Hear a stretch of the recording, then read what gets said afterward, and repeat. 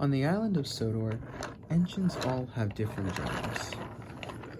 There are engines who pull long goods trains like Hero.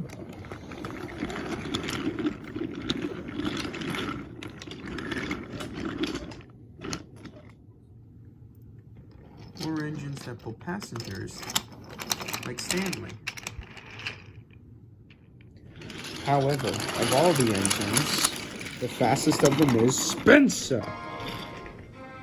Oh, the indignity. The Streamlined Express engine. A privately owned engine by the Duke and Duchess of Boxford. One day, Spencer pulled into Knapford Station. Hello, Sodor. I'm back for the summer. Oh, what a tragedy, said Emily. Yes, I quite agree. Oh, such horrendous things to say to such an important engine. Huh, important? That'll be the day. Gordon, you of all engines should know I am...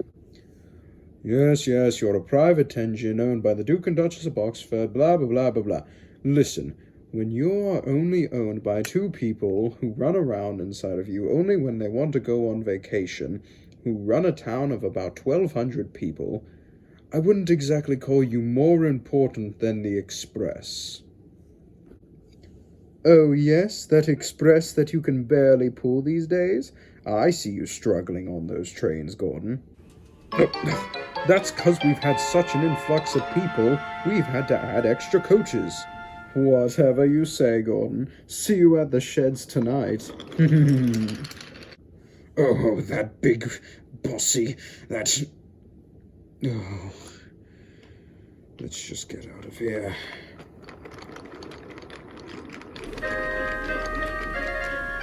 Later that night, all the engines were in the shed, discussing their grief about Spencer. Oh, he makes my boiler fizz with fury. He always calls me a failed prototype.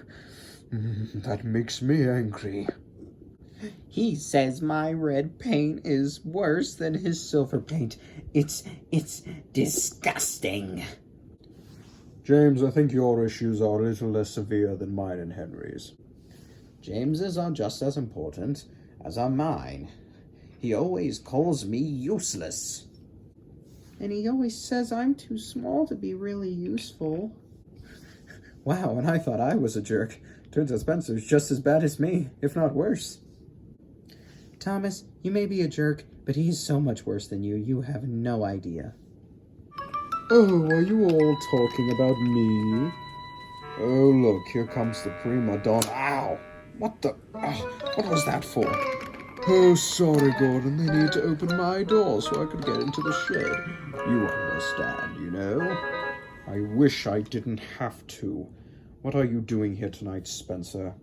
Sir Topham had said I could stay here. Emily's staying at Knapford Sheds instead, as I currently don't have a shed built near the Duke and Duchess's house, meaning I must sleep here to keep my paint pristine. Hooray! Don't worry, Gordon. I won't bother any of you. I would never mingle with a malfunctioning prototype, a little red fire truck, an old piece of scrap metal, a little green caterpillar, and a hot-headed blue puffball. Oh no, you did not just say that to me.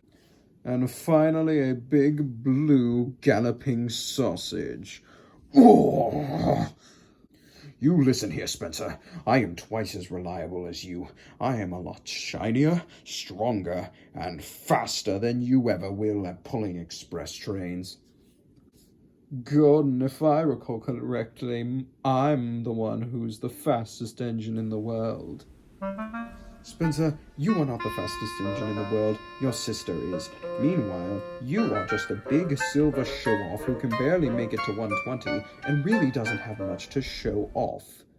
You can't even pull a full express train anymore. That is so wrong. I pull trains all the time. You pull one coach down the main line. I would love to see you pull a full train for once. Is that a challenge? Well, I accept. Tomorrow I'll take the express, and you can take my coach. Deal. Next day, Rosie was arranging the coaches for all the trains. Gordon and Spencer pulled in and back down onto their respective platforms. Gordon, Spencer, I think you two are on the wrong platforms.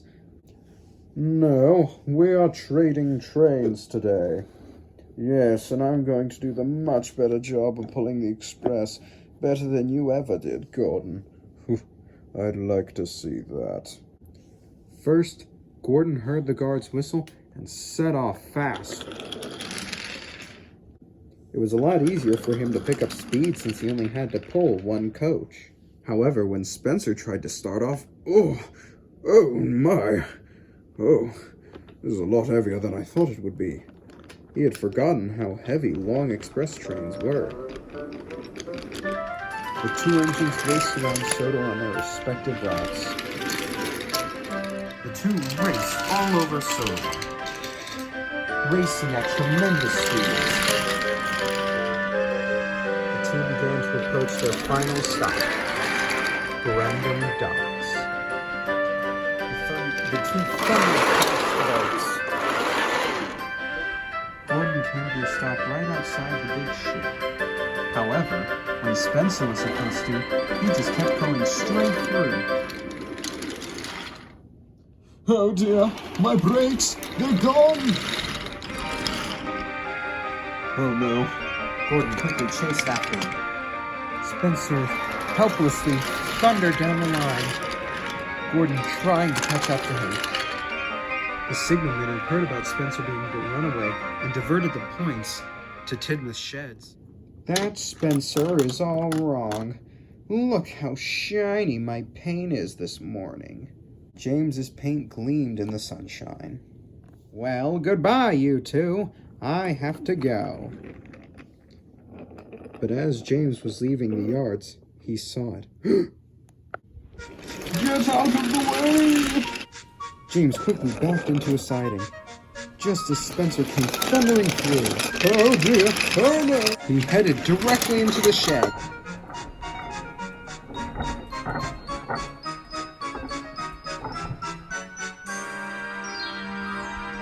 Luckily, no one was hurt. All the coaches had stayed outside of the sheds and were relatively unharmed, besides a few passengers being bounced around. Gordon soon arrived and took away the unhurt coaches. And then he came back for Spencer. Gordon pulled hard and soon got Spencer back on the tracks. He pulled him out of the shed. So who's such a high and mighty express engine now? Said Gordon. Spencer just blushed from cheek to cheek.